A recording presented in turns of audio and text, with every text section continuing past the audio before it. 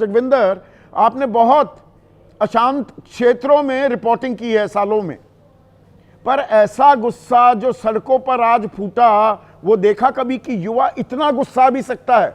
सारे प्रतीक जला डाले, लात घूसे गरियाए जा रहे हैं, पीटे जा रहे हैं बड़े बड़े मंत्री।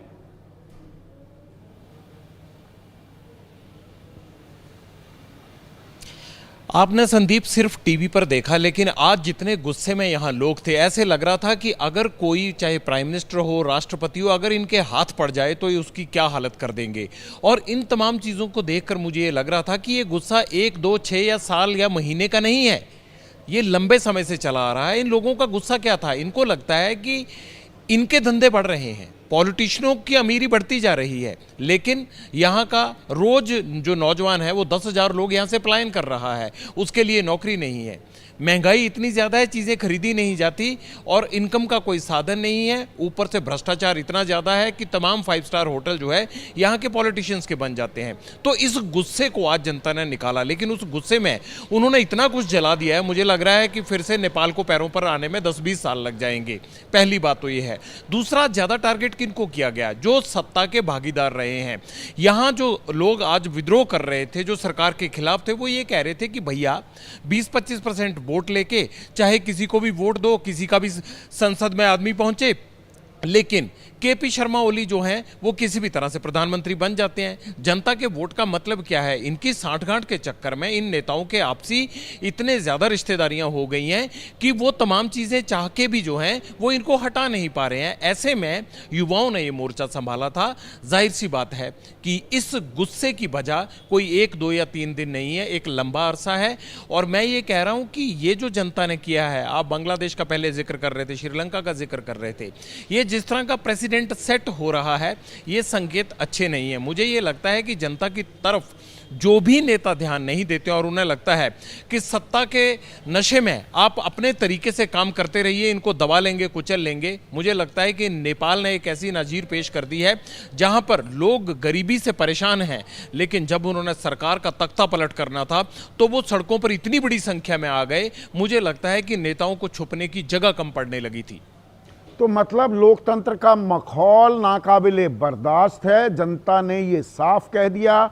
और इसमें जो चतुराई, बल्कि मैं कहूं चालाकी, जगविंदर, 4 सितंबर को सरकार ने करने की कोशिश की कि भाई social media, 26 social media platforms पर आपने बैन लगा दिया, क्योंकि उसी में ये सारी नेपो किड से लेकर सारी तमाम चीजें वायरल हो रही थी कि भाई ये नेताओं के बच्चे विदेश में क्या गुलछर्रे उड़ा रहे हैं, कितने आलीशान मकानों में रहते हैं, कैसी कैसी महंगी गाड़ियां चला रहे हैं। वो बातें घर घर तक पहुंच रही थी। उन्हें रोकने की ये कोशिश ने दरअसल आग में ऐसा घी डाला, फिर वो बेकाबू हो गई।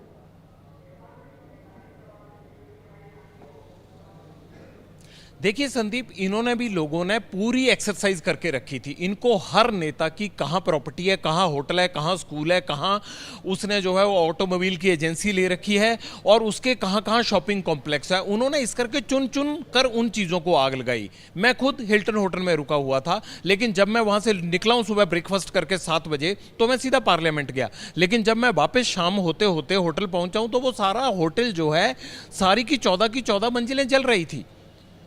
मेरा भी सारा सामान जल गया, हम लोग भी वहीं पे थे।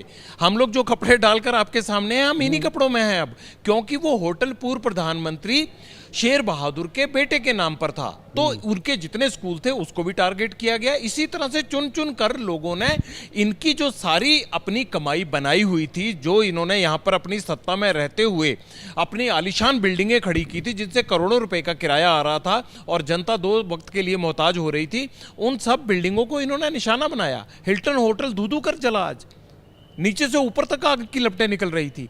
तो मैं ये कह रहा हूं कि इन्होंने कुछ नहीं छोड़ा, इन्होंने भी चुन चुन के बदला लिया आज पब्लिक ने। मतलब जिस डीएसपी ने गोली चलाने का आदेश दिया था, जगविंदर, 2 दर्जन से ज्यादा जो युवा मारे गए, 200 से ज्यादा जख्मी भी हैं, उसको पीट पीट कर मार डाला। तो क्या सत्ता का खौफ बिल्कुल ही खत्म हो गया? जैसे सत्ता निरंकुश हुई थी, आज युवा निरंकुश होते दिखे। और क्या आपको लगता है अब शाम होते होते अंतरिम सरकार, अंतरिम व्यवस्था बनाने की जो कोशिश की जा रही है, क्या वो कामयाब होगी। बालेन शाह कह रहे हैं युवाओं से कि बस थोड़ा संयम बरतो। संयम बरतने के लिए तैयार हैं क्या युवा?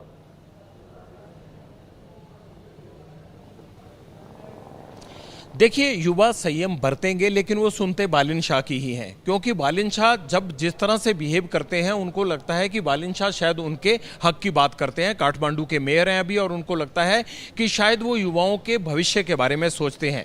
दूसरी बात, आज पुलिस और आर्मी की हालत ये थी कि लोग मेरी नजरों के सामने इतनी बुरी तरह से पथराव उन पर कर रहे थे, लेकिन उन्होंने एक डंडा तक नहीं चलाया। केवल आंसू गैस छोड़ी गई पुलिस की तरफ से। आर्मी के साथ जो कुछ हुआ, संसद भवन में प्रवेश करने के बाद पब्लिक ने उनको दौड़ा दौड़ा कर उनकी गाड़ियों में बिठाया और इतनी हाथापाई उनसे की। बेशक उनको रोका जा रहा था, लेकिन बावजूद उसके उग्र भीड़, या मैं ये कहूंगा जो प्रदर्शन करने वाले थे, वो सब्र नहीं ले रहे थे, और उन्होंने पुलिस और सेना के साथ वही सब कुछ किया जो पिछले कई दिनों से उनके साथ हो रहा था।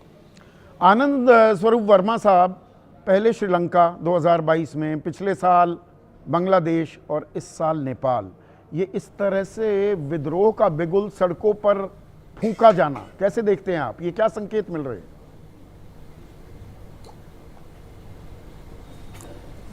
अभी आपके संवाददाता जगविंदर जी ने जो बताया, उससे मैं पूरी तरह सहमत हूं कि ये कई दशकों से जो गुस्सा पनप रहा था नेपाल की जनता के अंदर, उसको उसके विस्फोट के लिए एक बहाना बन गया ये।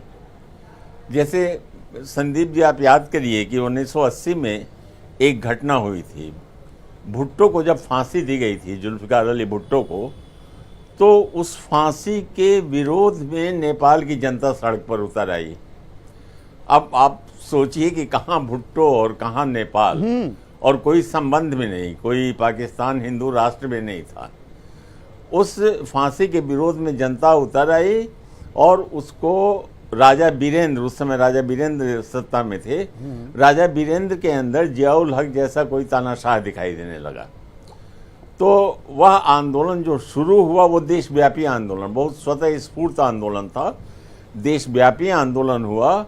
और उस आंदोलन की परिणति जो हुई, आंदोलन के 8वें 10वें दिन से एक 25 सूत्री मांग छात्रों ने तैयार की थी, जिसमें प्रमुख मांग ये थी कि हमें राजतंत्र नहीं चाहिए, जनतंत्र चाहिए, बहुदलीय जनवादी व्यवस्था चाहिए।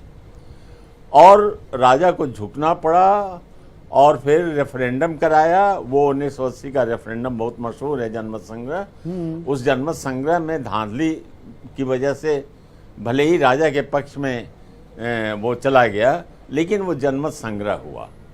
तो नेपाल में बहुत सारी ऐसी घटनाएं हुई हैं जहां स्वतः स्फूर्तता का एक नहीं, अगर हम 2018 2008 की बात करें आनंद जी, तो तब फिर से एक बार लोकतंत्र बहाल हुआ, एक बार 90 में हुआ था। पिछले 17 साल में 13 प्रधानमंत्री बदले जा चुके हैं। तो क्या यहाँ पर इस विद्रोह के बाद कुछ शांति आएगी या अस्थिरता का आलम अभी बना रहने वाला है?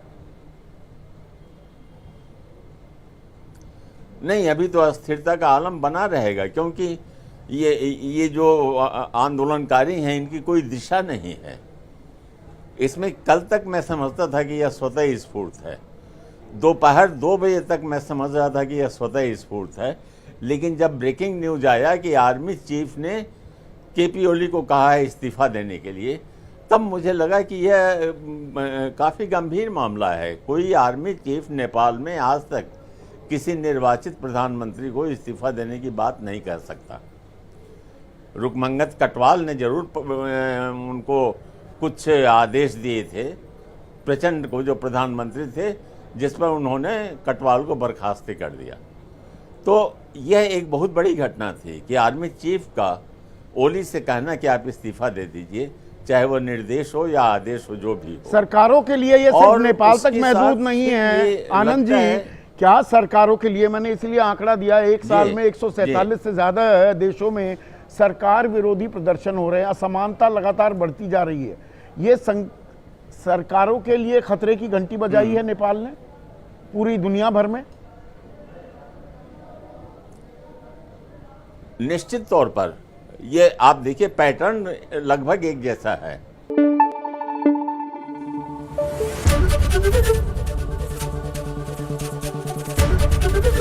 एबीपी न्यूज आपको रखे आगे।